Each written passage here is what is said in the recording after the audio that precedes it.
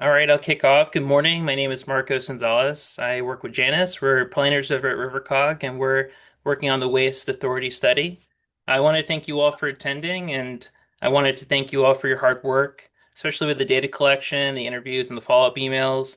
All of your hard work really made this all possible. So just a quick rundown of what to expect. Our consultant team is going to give about a 30-minute presentation detailing the existing conditions report, and from there we'll roll into about a 30-minute Q&A. The team will be answering questions from the chat, so if you come up with questions or comments, please type them in the chat, and our moderator will get them ready for the Q&A session at the end. If we don't get to your questions, don't worry. You can send me an email, send Janice an email, and we'll get back to you. I also want to let you know that this presentation is being recorded and posted on our project website. We're going to show the URL for our project website at the end, and we'll put it in the chat as well. Um, You can also find this recording, the PDF for the presentation, and the PDF for the existing conditions report, periodic updates, photos, and opportunity to participate further with another survey on our project website. Feel free to share the survey with your residents. The more people that take the survey, the better the data is going to be, so please share it. And then finally, kind of looking forward, over the next few weeks, we're going to begin scheduling a series of workshops to support the next phase of the project. We'll also be developing site profiles for each of the region's 17 communities, but more on that later. And we're going to pick up phase two in January after the holidays. So in the meantime, if you have questions, feel free to reach out to either Janice or myself. And with that, I'm going to turn it over to the team. Again, thank you for attending. Great. Thanks, Marcos, for setting the stage and introducing us and the project. So my name's Kristen Wieland. I'm a senior consultant for RRS. We're the lead consultant working on this project on behalf of RiverCOG. So thanks for joining us today. This serves as a report out of the baseline assessment of what we're calling the Regional Waste Authority Study for RiverCOG. So I'm the project manager for the work that we're about to present. And again, RRS is leading the project. However, there were two consulting firms that are working hand in hand to develop this study and the recommendations that we're continuing to work on to bring forward to you all. RRS led the project, and our firm has grown from a small team of recycling specialists way back in 1986. We're now a team of nearly 90 people serving clients across the US and Canada. So we create circular economy and sustainable materials management solutions that serve businesses, communities, and our collective future. Alongside us is a team from HDR. Jessica Lally is the project manager from the HDR team, and she'll speak to HDR in a moment, and we'll introduce her team as well. So we look forward to getting started. So today, just a real quick agenda for us. So Marcos gave us a nice introduction. I'll present just a little bit of a project background and an overview. We'll go through the methodology of how we got to this point and some of the work that we'll be doing in future phases of the project. We'll identify what our key findings have been up until this juncture in the project.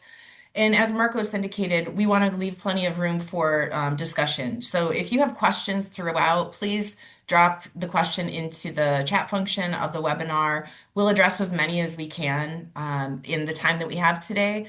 But Marcos and Janice's emails will be at the end of the slide deck, and we can even drop their emails into the chat. So if you have questions that are a little bit bigger than we can discuss today, please don't keep those inside. We want to hear about them now so that we can address them and make sure that your thoughts are considered as we move into the next steps of the project. Hey, Kristen, before we move forward, I see one hand that's raised, so I'm going to go ahead and click allow to talk. Brendan, if you have a question, go ahead.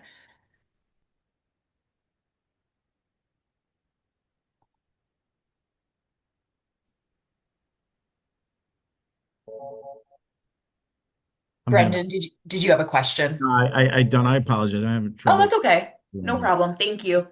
Hi, though. Hi, Brendan. Thanks for joining us. All right, so I'll just give a quick project background and an overview. So the work that we've done is broken up into three different phases. The first task is this comprehensive um, waste authority study. The baseline assessment is what we're talking about, but really this is not the sum and total of the work. We're going to be talking in the coming months about the potential for regionalization, whatever that may look like. We want to really evaluate what the interest is, what the desires are of the community, and figure out what that could look like and what the scale could be. Task two, we're going to be doing some site visits to a few select sites, and a result of that will be some town profiles that will be really our vision for that is that those will be helpful tools for individual towns to consider what the opportunities are for improving the system based on what we've identified from the work that we've done that we're presenting today, as well as some of the engagement that we're going to be doing here in the coming months. Task three really is what we're doing today, the public engagement and presentation of findings. So we want to make sure that we're sharing out what we've found in the study at different junctures in it and making sure that you have the opportunity to give us feedback. So today's presentation is one of those public engagements.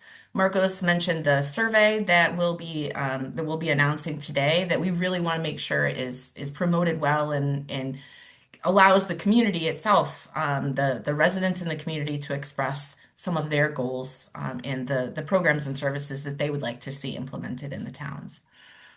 So there will be opportunities for this engagement throughout the course of the project.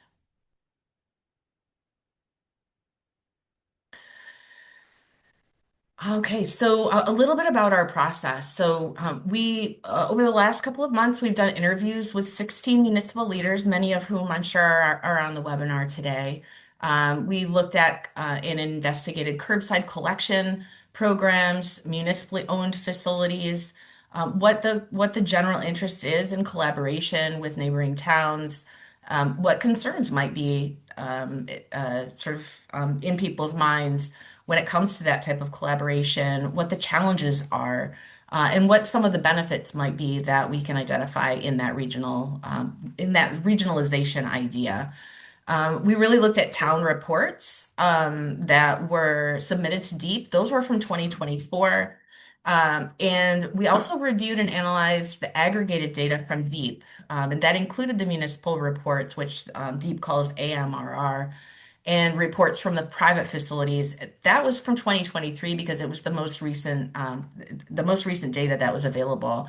So we'll try to specify throughout the slides today when we're using town reports that were submitted in 2024 versus when we were referring to deep data that is 2023.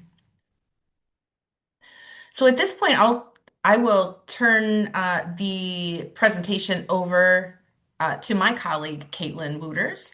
Caitlin is a consultant with RRS, and she really focused the most on the deep data, and so she'll walk you through it, what it means, what questions we still have, and how we're going to use this as we go forward. So, Caitlin, just let me Thanks, know when you want Kristen. me to advance.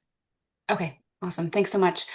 I know some of the folks on the call have seen a preview of this report, but I'm going to speak to it as if it's new to everyone. So bear with me if you've seen this already. But we chose some selected charts out of the report that we think are some key findings that we want to share and talk about today. So this first one is just a look at pounds per capita per day of waste generation and diversion for each town in the region. This helps us understand what the total volume is that needs managed. What's important to note here is about per capita pounds, like per person, is that they're really influenced by a wide range of factors. So it could be a lot of non-residential waste, so business and commercial activity influencing this, socioeconomic characteristics, housing density, consumption patterns. That's all going to affect your local waste generation and diversion rates. So we want to note that as you look and digest this, these should be more indicative numbers and not necessarily definitive measures of household behavior. So keep that in mind as we talk through this. We do know that there are a number, there are towns that share some waste infrastructure between them. So, for example, that's Deep River sharing some services with Chester.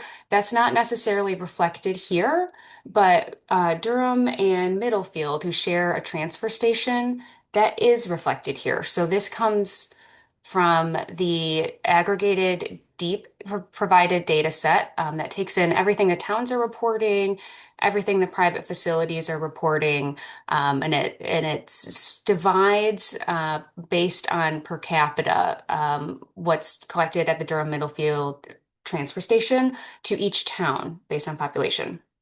I hope I explained that well. But if we get questions, drop them in the chat and I'll come back to it. Um, you're probably seeing that there are a couple of outliers here on this chart, right? We see Essex and Deep River. We're, truthfully, at this stage in the process, we're not quite sure why those are showing such a higher per capita waste generation rate. This could be due to a data reporting error, because we have to acknowledge there are always errors in the way data is reported. It could also be, some towns on here may reflect inaccurately low if they did not submit an annual materials recycling report, that AMRR, to DEEP for 2023. Those towns are noted with an asterisk. So keep these factors in mind as we look at the data.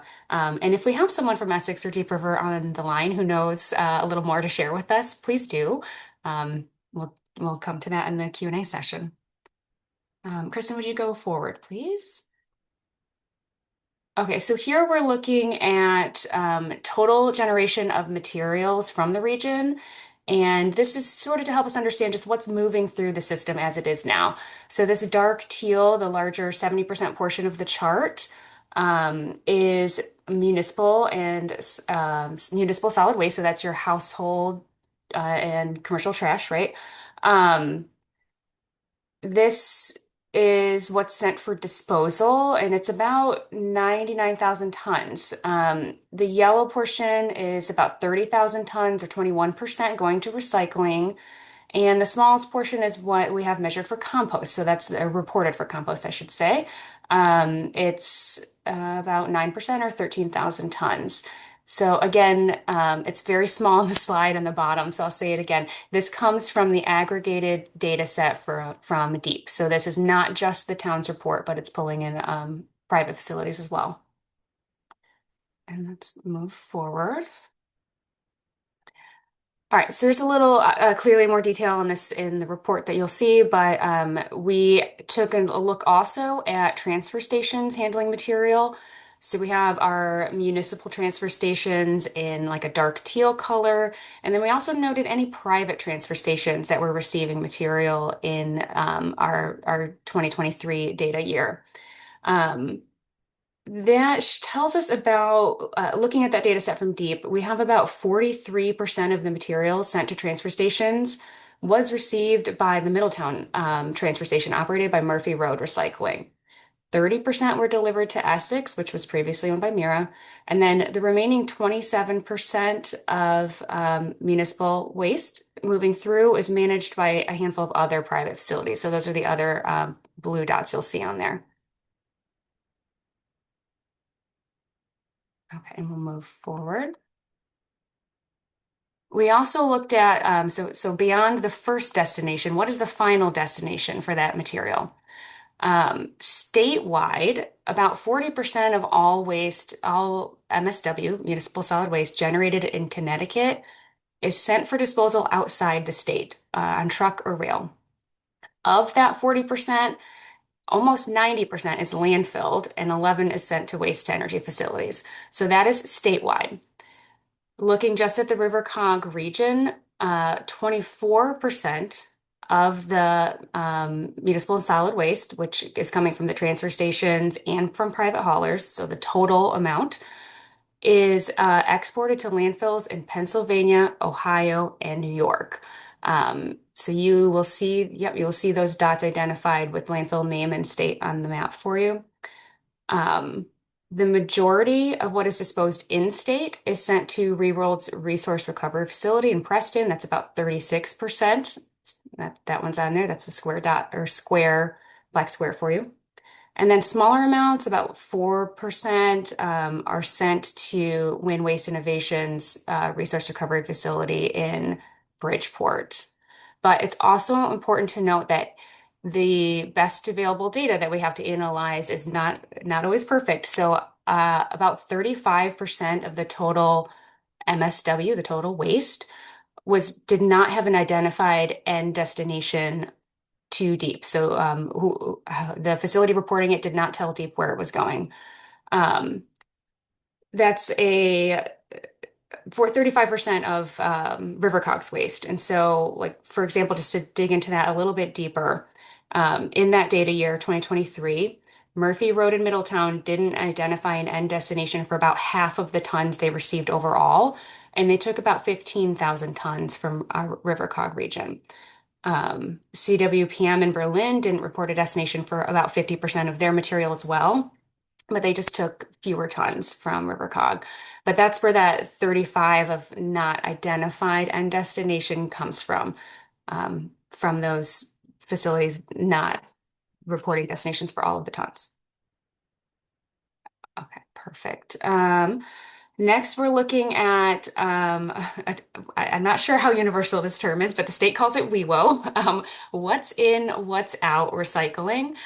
So that refers to what's in the single streams, like what can go in the bin, what can't go in the bin. So single stream in Connecticut is, typically paper, cardboard, glass containers, metal cans, plastics one and two. So those like common household materials. So this chart is showing us the breakdown of what was collected mixed, the single stream, and what was source separated, which is essentially corrugated cardboard. Um, and the um, important to know is like as far as handling and processing the materials, um, items that come in single stream are then processed at a material recovery facility. So a facility intended to sort each of those by type. So the metal, the papers, and the plastics by type. So they have an extra processing before they're ready for recycling. And here we are looking at where that processing happens. So this is mapped out locations of all of the MRFs, so the material recovery facilities, those recycling sorting centers that process recyclables from RiverCOG in 2023. So they're all within the state, but only one is in the region itself. A majority went to Murphy Road Recycling in Berlin. And also a significant portion, 26%, went to their facility in Hartford. And then 10% of the total or less to these other varied facilities in the state. So looking at additional recycling, this is what the state calls additional recycling. And this is what you're reporting, what the towns are reporting, excuse me, on their annual reports. These are all the non single stream materials. So also referred to as non-WIWO. This includes textiles, electronics, paint, mattresses, all of the really cool stuff that we learned about through this interview process of talking to each of the towns. It was interesting to see that such a large portion is textiles, used clothing, and goods. And then a large, just following that up, just slightly less, is brush and yard waste, which is the yellow category there, and what we're going to talk about next. So move forward. Okay, so brush and yard waste and food waste, all of that is a category that we refer to as organics. Food and yard waste operations varied across all of the towns, and there's not a very coordinated effort regionally. Both yard and food waste are recycled by most towns in their transfer station collections instead of curbside services. So yard waste, including brush and leaves, which is what we saw in the yellow section of that pie chart before, is primarily managed on site at the town transfer stations. According to that aggregated deep data, local Connecticut farms also manage about 17% of the yard waste, and the remainder So 78% is what's managed on site. And then a smaller portion, less than 1 and 2% go to We Care Denali and Scott's Earth Grow. Um, those those are managing mixed organics, I should say. That's not strictly brush and waste. Um, and we also have one or anaerobic digester on the map. That's Quantum Biopower in Southington, and they're processing food residuals from food processing operations.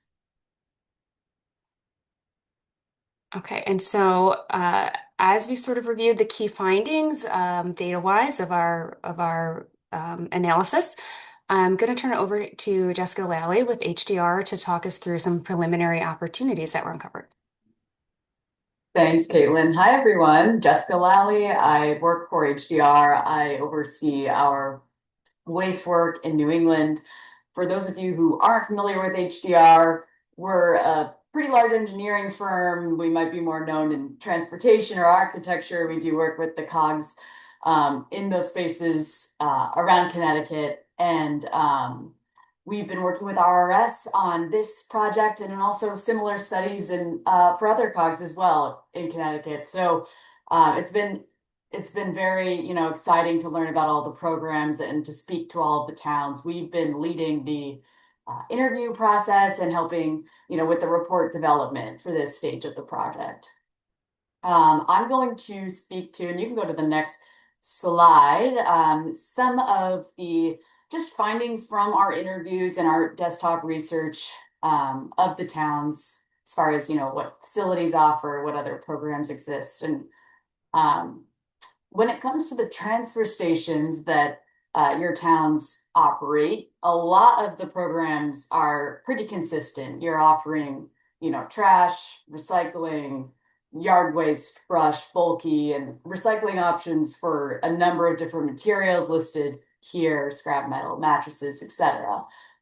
There's some nuances to the programs too. So we've seen some growth in food scrap pilots across the transfer stations, drop-off opportunities for just food waste. There's also some reuse programs starting up. So think of that like a little thrift shop where residents can come and exchange items and not have to dispose of them. There's also growing interest in the programs listed here under opportunities across, your region and also across Connecticut when it comes to textiles and film drop off, paint also, as well as an offered everywhere. And then also some like source separated, we call it. So drop off options. So for just glass or for just paper, not within the mixed recycling container. Oh, you can go to the next slide. I'll keep talking. Thanks. So, with all of those programs that I mentioned, there's a lot of opportunities to learn from each other about what your neighboring towns are offering at their transfer stations, what their lessons learned are in implementing those programs and handling those materials and the contracts that are in place to manage those materials. And I'll get into the contracts later. The operations at the transfer stations are also a little bit different from each other, I think there's some interesting things that we can kind of gain from each other. So not all facilities have scales, for example.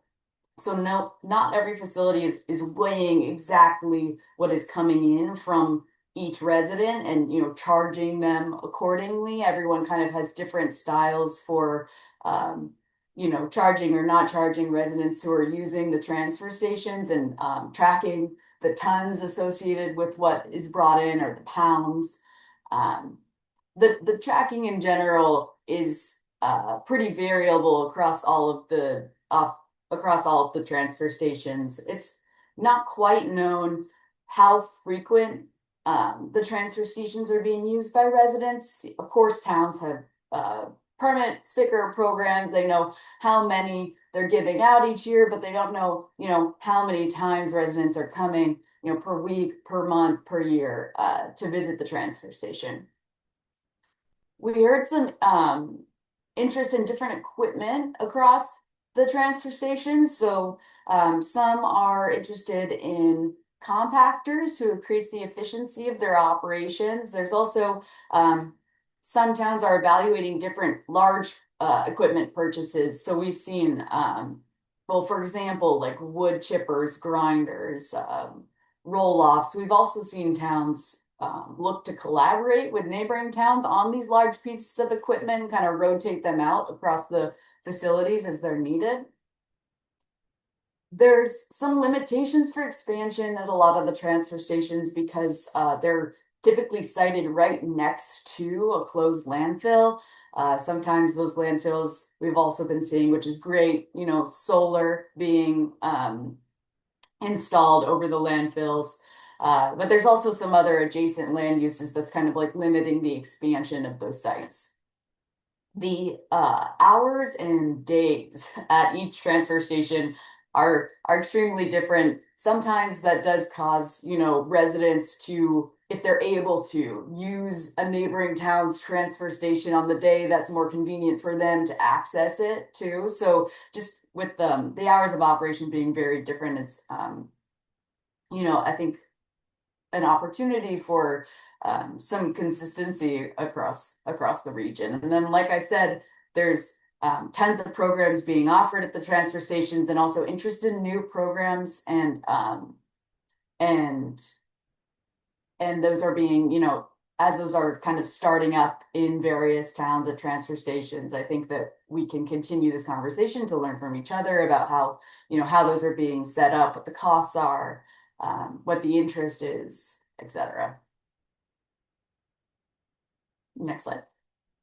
So the education and outreach efforts across the towns are also pretty different, you know, in the tools that are used and the messages that are being conveyed, and also, you know, the level of resources that each town has to put behind those efforts. So is, you know, if they have staff, if they don't have staff, everyone's bandwidth is a little different. Here on the screen, you can see some examples from, you know, from different towns and the messages that they're putting out there, and the formatting, just to give you guys some examples.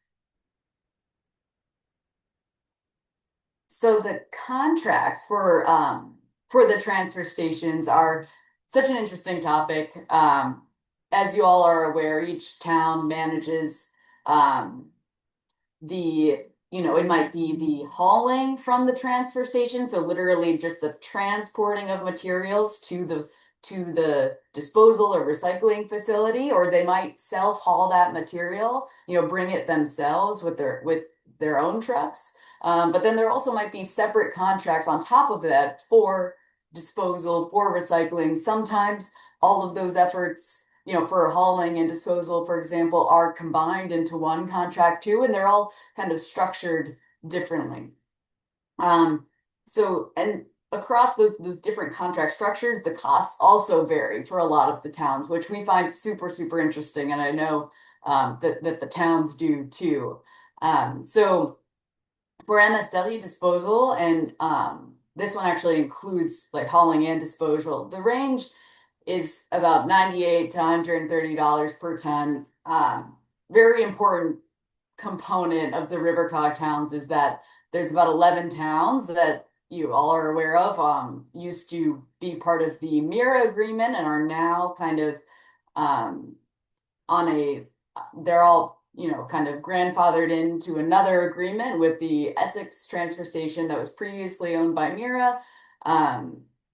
Through June 2027, where the disposal rates are set, increasing each year. So this $131 per ton is actually the fiscal year 2025 rate, and it'll go up to $141 per ton in the final year. So a lot of the towns are kind of wrapped up in that disposal and recycling agreement. You know, which makes it easy. There's, you know, consistency across a lot of the towns, but the recycling for that contract is actually but at no cost for the towns right now. It's being covered by the previous like MIRA agreement. So the recycling costs actually for those towns are a little bit unknown, but then we also, from towns that are contracting for those services themselves, the we heard the prices in different forms. So for example, one town told us that they're paying about 15,000 per year, where we usually hear those costs per ton, right? So there's a lot of different communication um, of contracts and of prices across all of the towns, which makes it kind of hard to understand each other's, what each other are paying for these services. So food waste, another great example. There's, per month rates, there's per collection rates, per container rates, per ton rates. And so we heard a lot of different examples across these contracts. Bulky waste is ranging from $105 to $170 per ton. Overall, there's just a lot of opportunity to kind of understand what these services are costing across the towns for the transfer stations, for hauling, for disposal, for recycling. It's not uncommon for towns to join together and enter contracts together for these services. Like for example, everyone that is part of the Essex agreement. So there's just some more opportunity to consider that as well. And then curbside services. So that was like the transfer station, the town transfer station contracts. Curbside services, so what your residents are receiving at their homes, also varies significantly across the town. So there might be a town provided service where the town has the trucks and does the collection themselves. There's town contracted service where the town, contracts with a hauler to provide the services to their residents, a private hauler. There's also subscription service, open market service, where residents just call up, whoever they want, get the best deal, and sign up for the services themselves. There's in some towns there is kind of bulky curbside collection. There's some food waste collection that residents can sign up for on their own. Um, and this is all with the private haulers that operate in the region.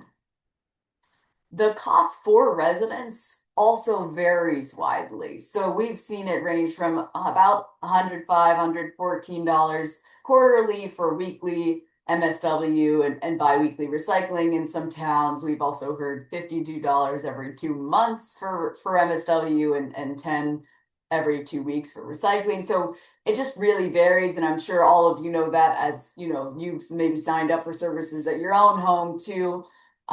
There's not much transparency into the rates and into how those services vary across towns. And that just brings me to my third point, is that the data from the private haulers is pretty difficult to get. The materials collected, we do our best with the deep data that's available to us for materials and tonnage. But as Caitlin mentioned, there's some gaps in that data as well. The towns aren't licensing their haulers, so there's no kind of town managed hauler reporting program going on in any of the towns. So sometimes that's a tool that towns use in order to kind of track that data better, have the haulers register with them and report annually or on some sort of basis to try to track that information. But until then, we don't totally know, the number of households serviced and the services offered to them and the costs, as I was mentioning, for the private sector services.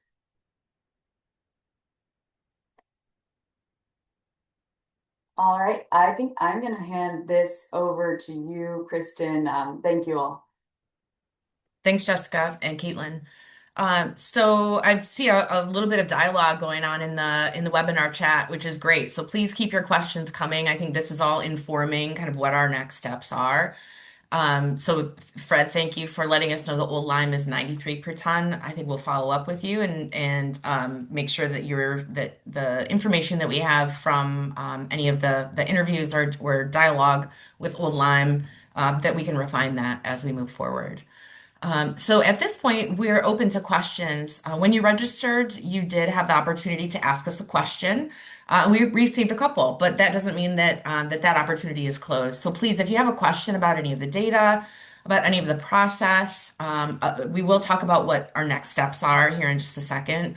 But this is our time. We've got about 25 minutes left to answer questions or have discussion about next steps. So a couple of questions came in during the registration process that we'll address now while we wait for any additional questions to come into the chat.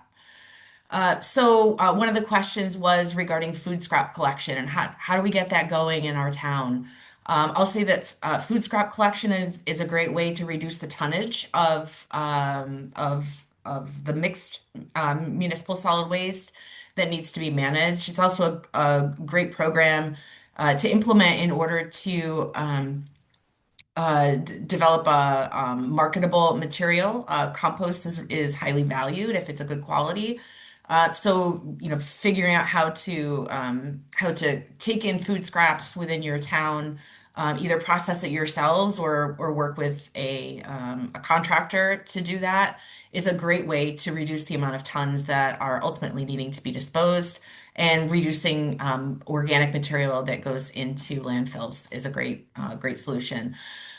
So the idea of a food scrap collection was highlighted in what Jessica spoke to, and how those are potential opportunities for collaboration among towns or information sharing at the very least. So I think the idea of a food scrap collection is one that we will tease out in the next steps of the project in the coming months as we engage more with all of you about what some of the programs are that you're looking for, where are there synergies among towns that you can work together to provide better services, improve services to your residents and businesses, and hopefully reduce costs across the board if you're working together in a collaborative way.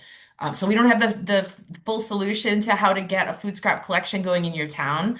But if that's something that your town is interested in doing, we definitely want to hear from you going forward to realize where that interest is across the region, so that you all can continue to work together in a really intentional way to bring good services, good cost-effective contracts where they're needed, and bring these services to your residents. So thank you for that question. Another question, how do I review my town's reported data? So as we said, we went through an interview process, coordinated interviews with many of you on the line and some offline from the webinar today.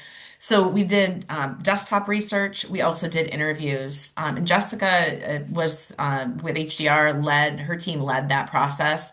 So I'll let her speak a little bit more to where that data came from, and how you can get access to it within our report as well as externally.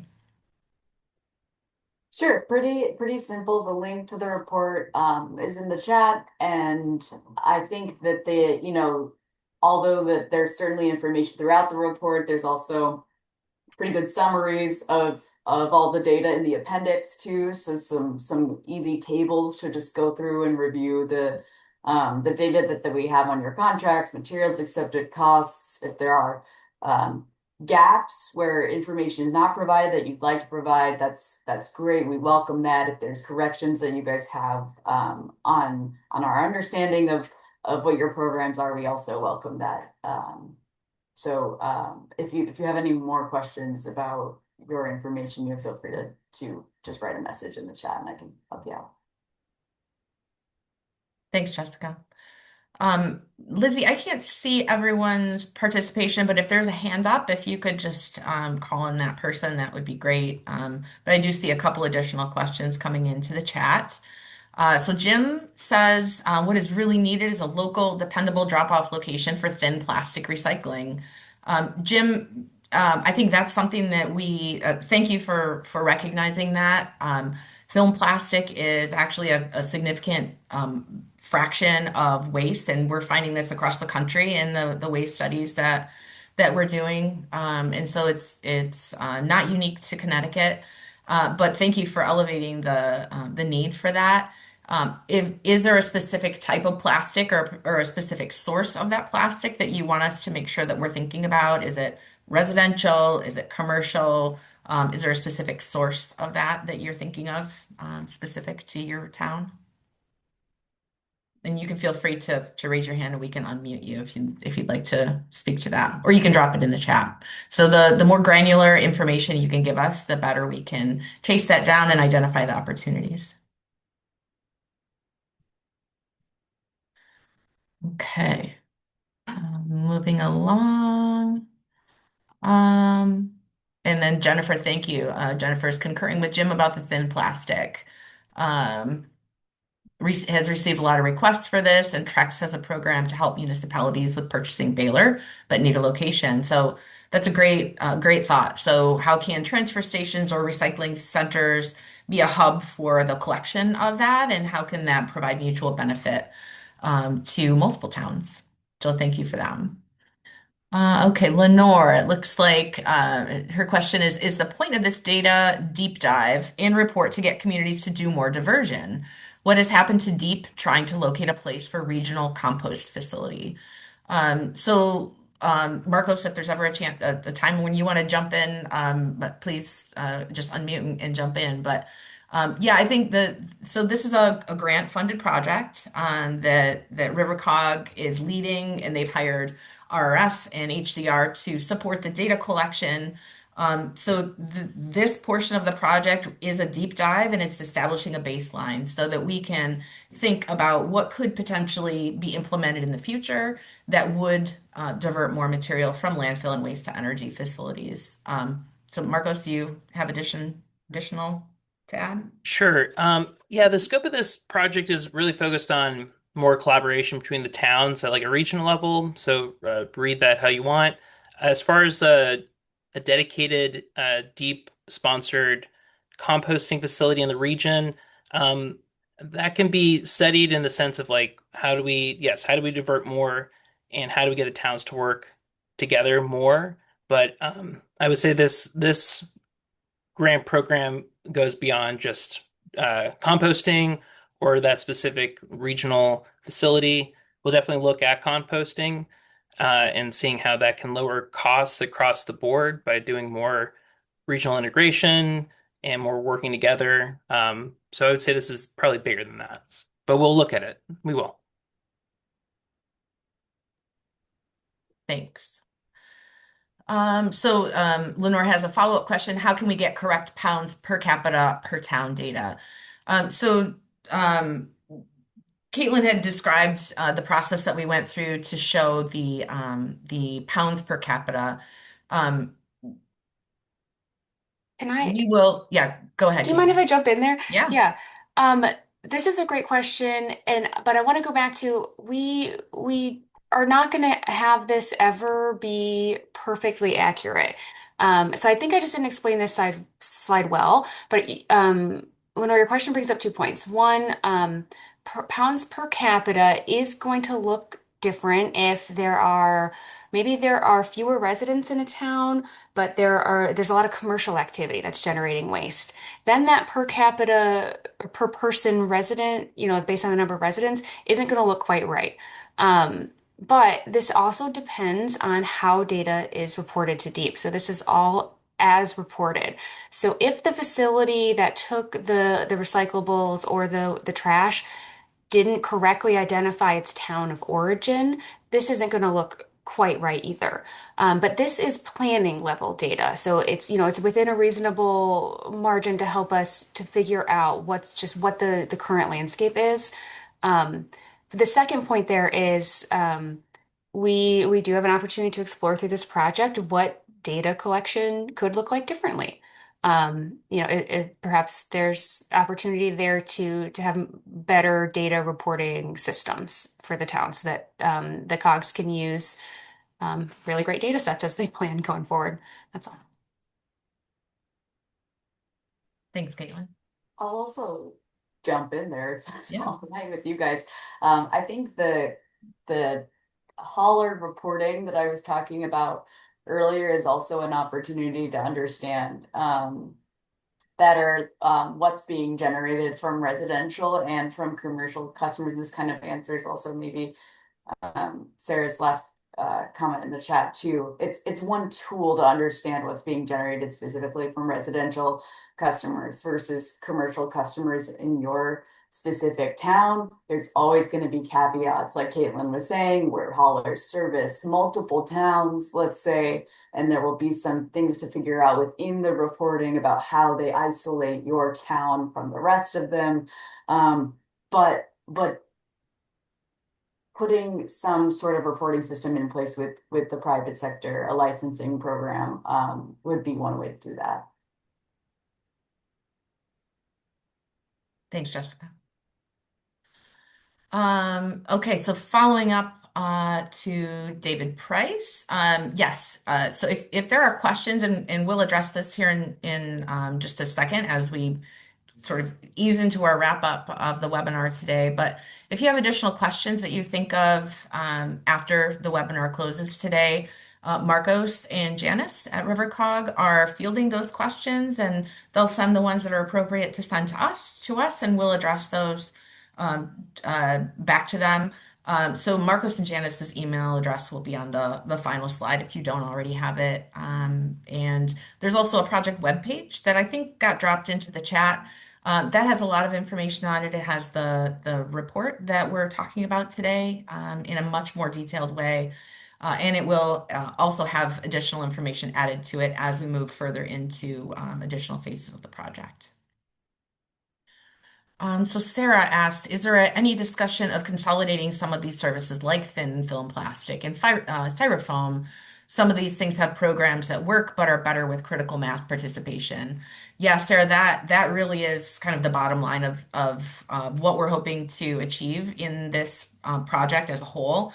So what we're trying to evaluate is where is their interest in either working together on existing programs and services that could have shared benefit either through additional capacity, sharing staff, sharing equipment, or the addition of new programs that individually towns might not have enough amount of that material to really justify the purchase of equipment. But where can, for example, the foam, the EPS number 6 foam, is ubiquitous, and there are actually grants that can be gone after through the Food Service Packaging Institute to secure a densifier, but it takes a lot of that foam in order to justify the space that densifier needs and the in actually sort of the marketing effort that it takes to get those little densified briquettes into a market. So there is value in that material.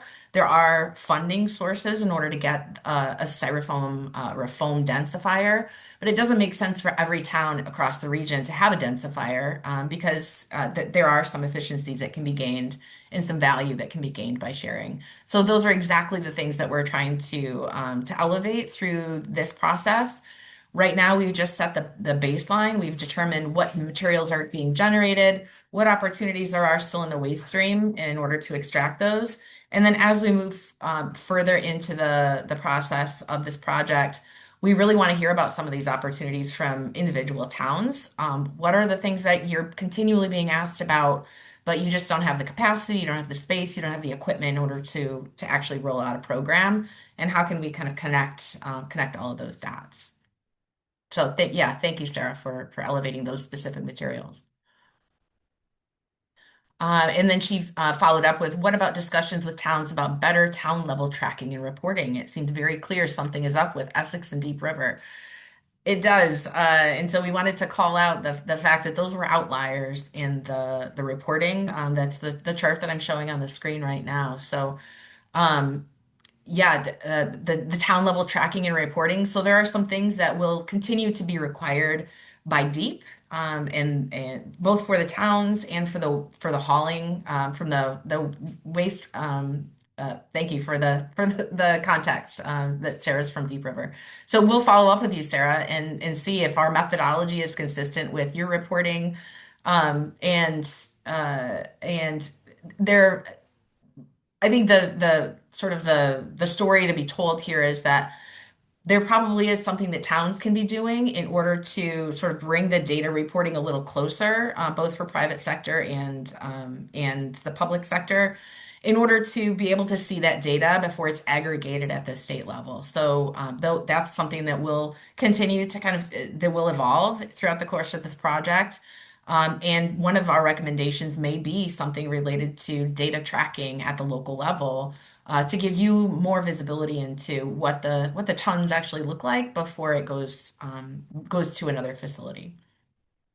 So we'll follow up with you, Sarah, to tease out some additional information that you might have that we don't have, based on the tonnage. All right. All right, that is the bottom of the questions that I see. Lizzie, is there anything in the chat that or in the anyone have their hand up, I guess, I just that saw we should one cover? hand go up. Okay. Fred, did you have a question?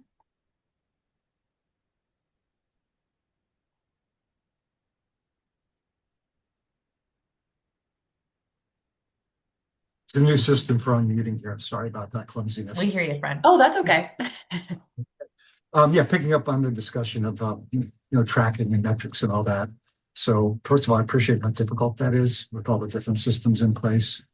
And but yeah, it's really sort of at the foundation of kind of deciding what we're going to do. So the question is being able to separate the tonnage from curbside collection versus the transfer stations. Do you have a method to do that? I was looking at your slide, the pounds per person, and it just said by the town. So was that for curbside or total collection for the whole town? I'm gonna respond to that one. Yeah, Okay. please. As it's reported to Deep, it's reported not from the hauler, but the facility. So if the hauler is servicing, I think that it comes down to resident versus commercial, right, Fred? Yeah, so That's like I'm okay. sure full line we have the curbside pickup and we have the transfer station. So those are two different reports, I guess. Yes. So if the transfer station is reporting to Deep, the tons collected at the transfer station and that is separated in Deep's reporting from what is reported to them from the facilities that receive it directly from haulers or commercial business. Am I answering your question? Think you Yeah, I'm are. just wondering how you Okay. separate out what's collected curbside versus the transfer station, whether you combine that or not. I just noticed the tonnage per person at whole line's very low. So I don't know if that's an accurate number or not. Yeah, it may not be. So if you have some more detailed information for like fiscal year 2023, let's talk because I think Oldline maybe did not submit a report that year. I'd have to go back and look. They may not have submitted their report Right. to Deep for the year. So that would look artificially low in that case, just overall tons too. Yeah. So what we're doing as a committee in Old Lyme is we're tracking the curbside collection very carefully month to month. Have data for that for the past couple of years. But we're missing the data from the transfer station. So that's been a problem for us. Okay. I mean, we'd love if you're willing to share that with us. I'd love to incorporate that. Yeah, I'll send you what I have and you can look it over. Yep. Great. Thank you. It does look like there's an asterisk by Old Lyme. Yeah. Yes. So for this particular year, fiscal year 2023, this would be low then because Deep didn't receive that and get it and then like turn it back to us. All right, so we have just about 5 minutes left in our webinar. So I think we'll, please don't stop your questions from coming. Either continue to submit them and we'll follow up afterwards, or you can follow up directly with Marcos and Janice after the webinar, and they will get any questions to us that we can then respond to. We just do want to make sure that we have enough time to get to what our next steps are, because this is not the end by any means. So today we're launching a survey. So our hope is that we've established a good foundation that we're still kind of making adjustments to based on your feedback and things that we learn. But we have a good foundation for services, infrastructure programs, and what the general system is that you have in the RiverCOG region. But really now we need to hear from you and the people who live, work, and play in the region to understand how that existing system is working for them and what improvements they would like to see, what you would like to see, and they would like to see. So this survey really is a tool that we're hoping that you will distribute to your networks. We want to hear from everyone, businesses, residents, people who live in the region, people who work in the region. We want to hear from them through this survey. It's just going to take about 7 minutes to take the survey. There's no personally identifying information in it. It'll be open until December 8th. And the link, you can either scan the QR code or take the link off of the website. This information is also on the RiverCOG webpage in the link that's been dropped into the chat. So please encourage anyone that you know to take the survey, and that will inform what our next steps are. So the survey is the sort of the nearest term next step, but then in January, so we're going to sort of pause, let the survey roll out. We'll close that in early December, and then our next step really is these sub-region workshops. So these will be in person. We're going to host 3 of them. We don't have locations set yet. They will be in the January timeframe. These sub-region workshops really are intended to continue to talk about where the gaps are in the system, where we can sort of build up the gaps and fill in some of those gaps based on what we've heard from you all and what we've heard from the respondents in the survey. We really want to elevate those opportunities for collaboration across the political boundaries.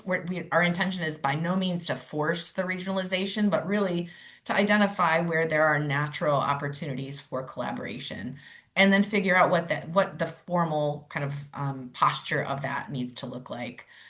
We also want to hear about the sensitivities. We heard throughout the interviews that people love their transfer stations, that they don't want to let those go, and that is certainly not our expectation as an outcome is to tell anyone to stop operating their transfer station. We really just want to make sure that the services that you can provide at those facilities, that there are cost-effective ways to do that.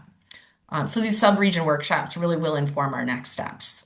So please watch for an email in your inbox in the coming weeks, and as we get into December for an announcement of where those will be and how to participate in those.